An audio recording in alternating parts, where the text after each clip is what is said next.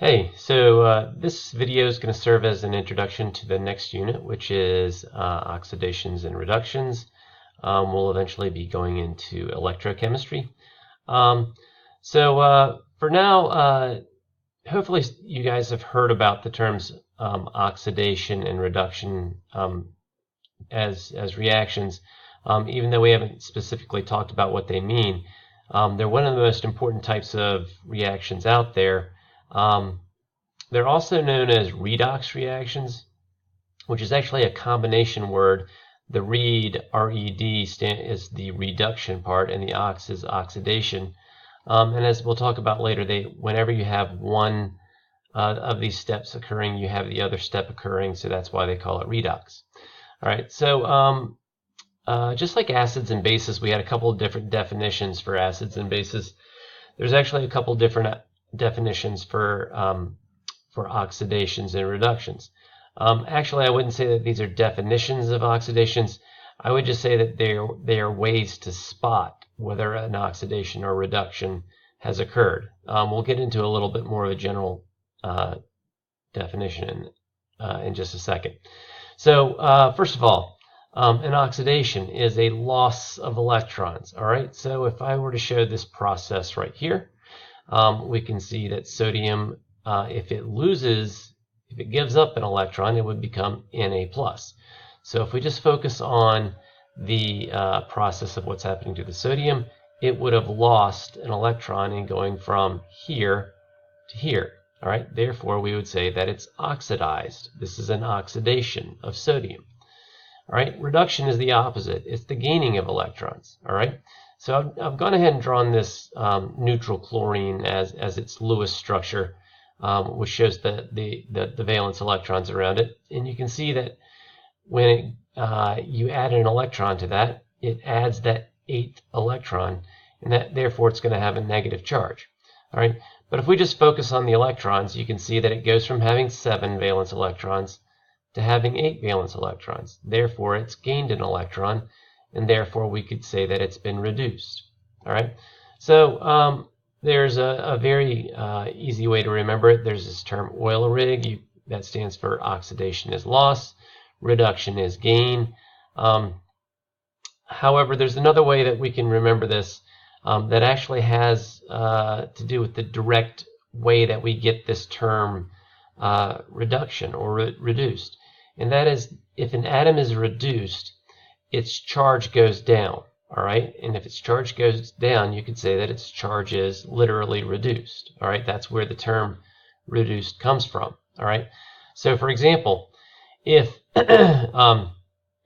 you've got neutral chlorine and it becomes Cl minus, well, that would mean it goes from a 0 charged element to a -1 charged element.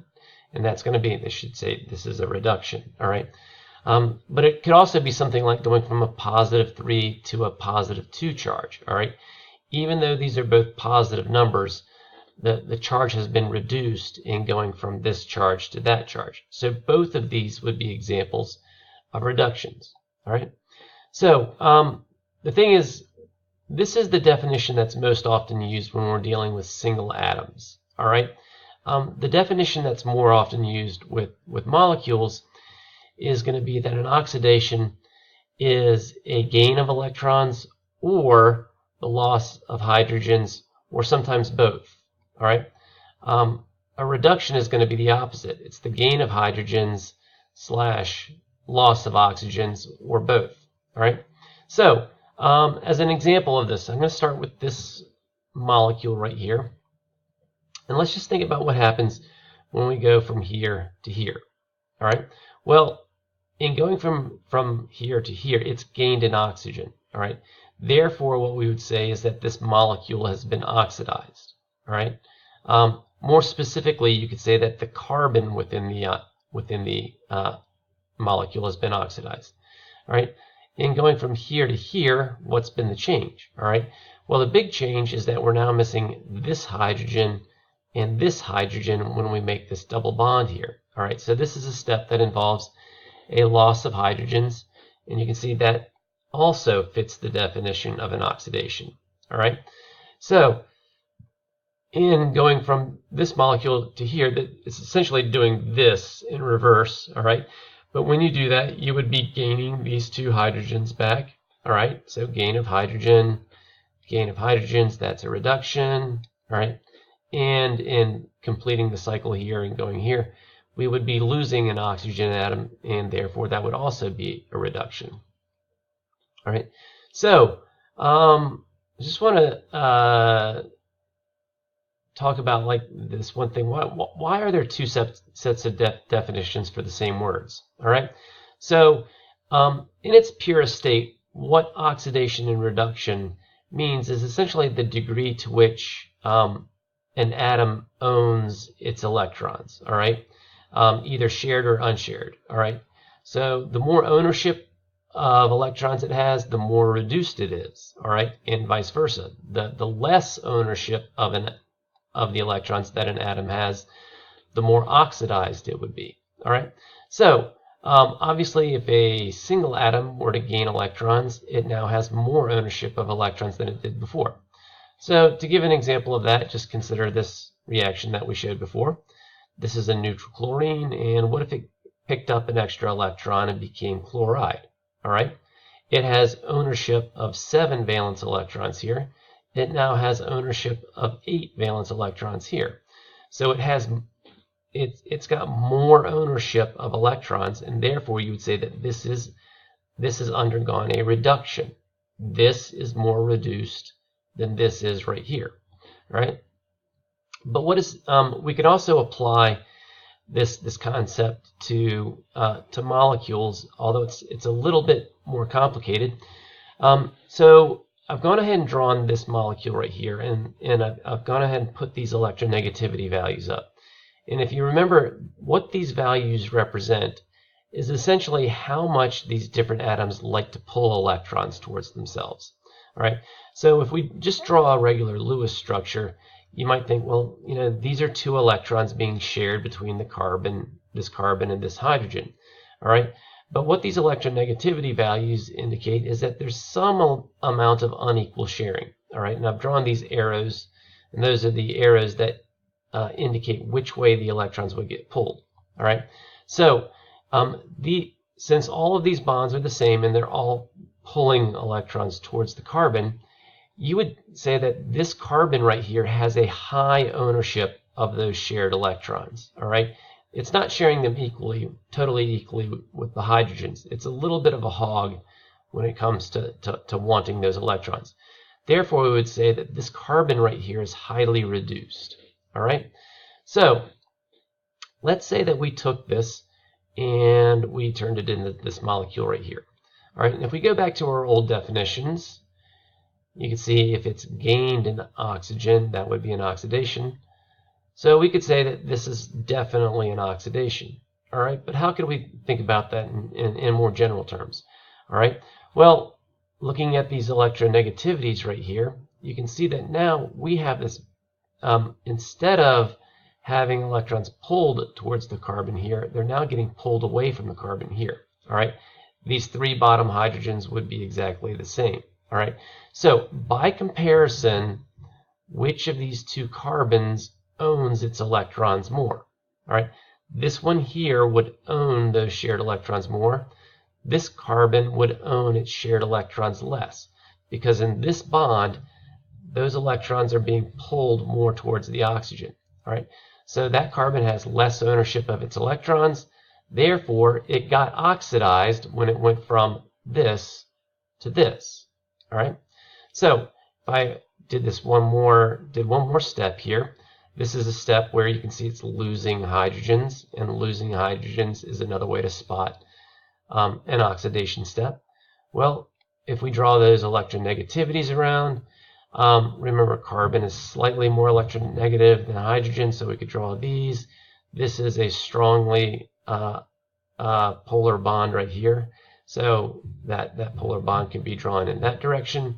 So by comparison, here we've got 3 bonds where the electrons are being pushed towards the carbon. Here we only have 2 of them, and we've got 1 bond where they're being pulled away. So by comparison, this carbon would own less of its shared electrons than this one would right here.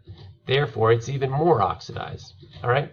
So this is actually the technical definition of what an oxidation or a reduction is. But the one thing that you really want to make sure of is, can you spot oxidations and reductions? All right. And using these definitions right here, you should be able to do that. Okay. Remember that with acids and bases, we always said that, like, if you have something acting as an acid, something else has to be acting as a base. That was because for something to donate a hydrogen, something else had to be accepting that H+. So something similar happens with oxidations and reductions. If one thing is gaining electrons, something else has to be losing electrons. All right. So as an example of that, let's take a look at this reaction right here. All right, and this is aqueous copper chloride.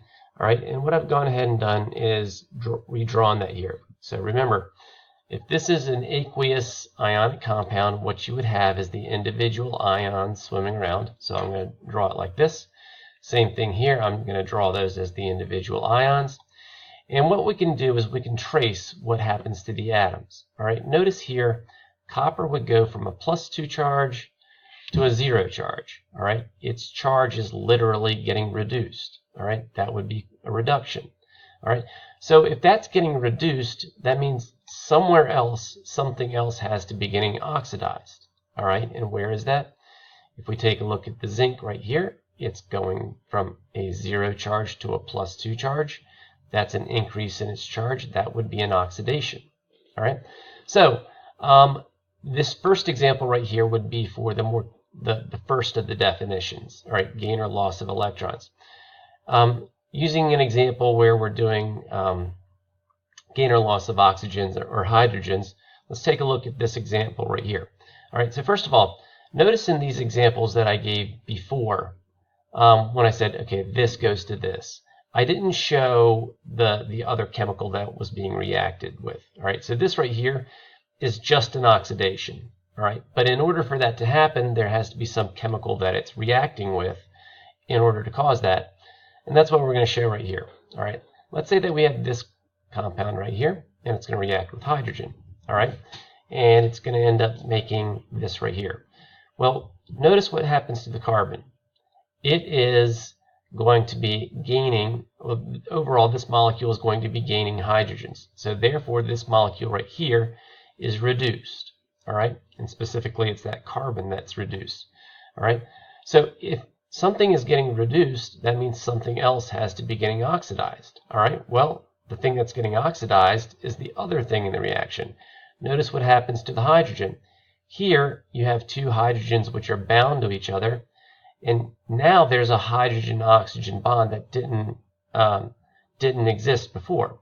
So that since that hydrogen is now essentially gained in oxygen, you could say that that hydrogen has been oxidized. All right. So notice in both cases, if you have an oxidation somewhere, you have to have a reduction somewhere else. All right. And that's going to be a very important concept with oxidation-reduction reactions.